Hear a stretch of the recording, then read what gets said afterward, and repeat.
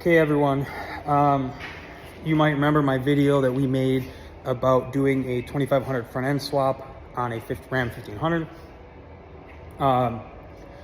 I was trying to make a kit in order for you to do this on your truck at home. During the process of making a kit, I found a company that does make a kit, so now we are a vendor for their product. The company is North Spec Built. We just got a set of adapters in, so I'm going to make a video, not a set, we have a bunch of sets in stock right now, but we got a set of adapters in.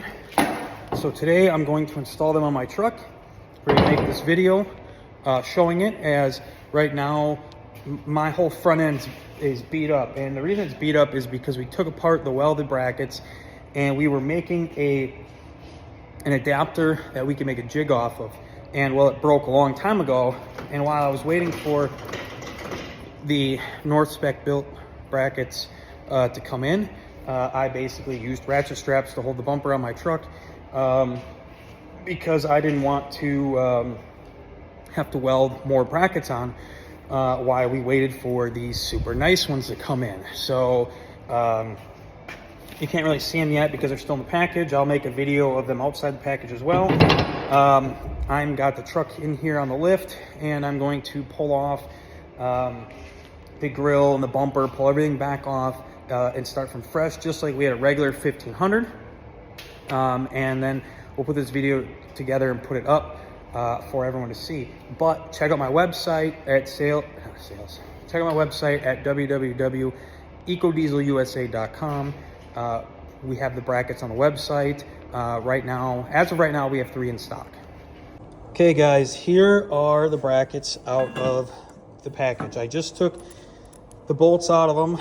I do believe these are standard bolts, which is weird because the company comes out of Canada, but I believe these are standard bolts, as this 17 was a little sloppy, so this is probably a 5/8. That's going to be a 3/4. So 3/4 and 5/8, okay? Now these brackets are similar to what I was trying to build with mine when we were designing them, which essentially is going to be a bracket that utilizes the some of the factory locations here, okay? So I believe this is going to be for this side. I could be wrong here. Maybe that is for that side over there.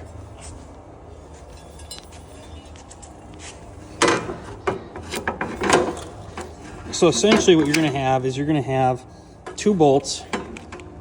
So this part of this trunk frame looks like it comes out here, and then these 2 bolts go down here, and then you can see these 2 here. Okay, so that's going to be the first step, is to basically remove these 2 nuts here. If we're lucky, the bracket will fit in without screwing with the factory bracket. If not, I'll tell you what to do here with it. But this will be by far one of the easiest kits to install, as this will just literally bolt up to the factory, all the factory equipment. So I will work on this next, and I'll grab another video here when I go a little bit farther. Okay, everybody, here's one left, okay? Now I do have the other one installed, which was a complete pain in the ass. Now, the correct thing to do is to pull all of this metal out and unhook and disconnect this. Might take some cutting, grinding, whatever. Don't care, it's my personal truck, so I bent and broke the piece off. Here's the piece installed. It is a 5/8 bolt and washer. It is a little bit of a pain to get in here, and I want people to keep in mind before somebody's like, oh, this doesn't fit right or whatever. It fits perfect, okay?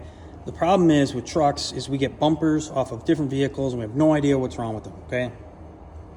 The issue I found in the past with my old truck when we did this bracket, or when we did these brackets on this truck before, was that the bumper had a twist in it. So I ended up having to shim the brackets because the bumper was twisted from some sort of a prior small end collision that wasn't noticeable, okay? So keep that in mind.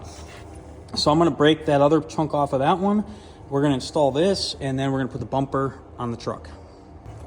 Something I did learn if you want to make your life easy, okay, is you're going to want to thread this one in first a little bit, then this one, then fiddle fuck with these till they get in place, and then do these.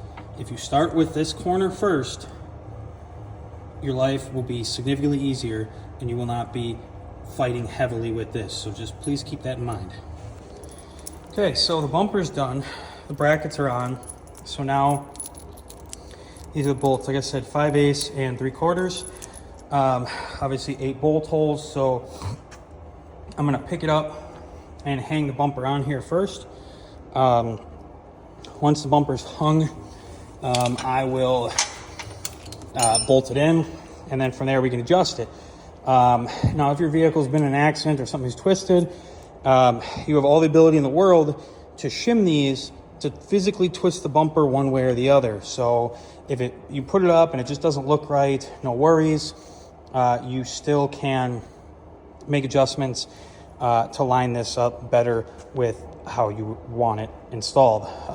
As well, you can see the holes are slotted up and down, which does allow you to pick the bumper up or set it down. You got about almost a 1/2 inch of play. So you can get it where you want it.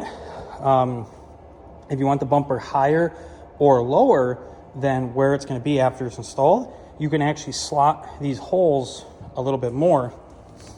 You know, you can slot these more if you want to lift the bumper up or go down more. So that's obviously up to you. So I'm going to hang the bumper now, and we'll see how it goes. Okay, so bumper is installed and tight, okay? Now see, what you're going to notice here is that we have a, well, my piece of my headlight might not be square completely, but if you notice, we have a gap here, we have no gap here. Same, gap here, no gap there. So what we'll do from there is we'll loosen up all the bolts. What we'll do is on the 4 bottom ones, we will take the washers out and put washers between this plate and the truck's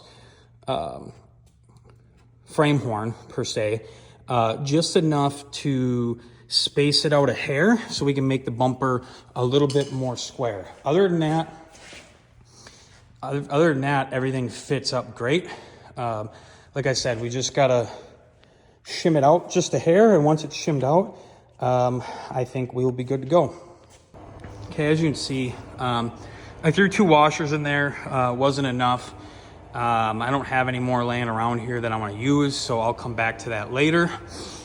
The only other thing to mention is that this hole in my frame is too small for the bolt.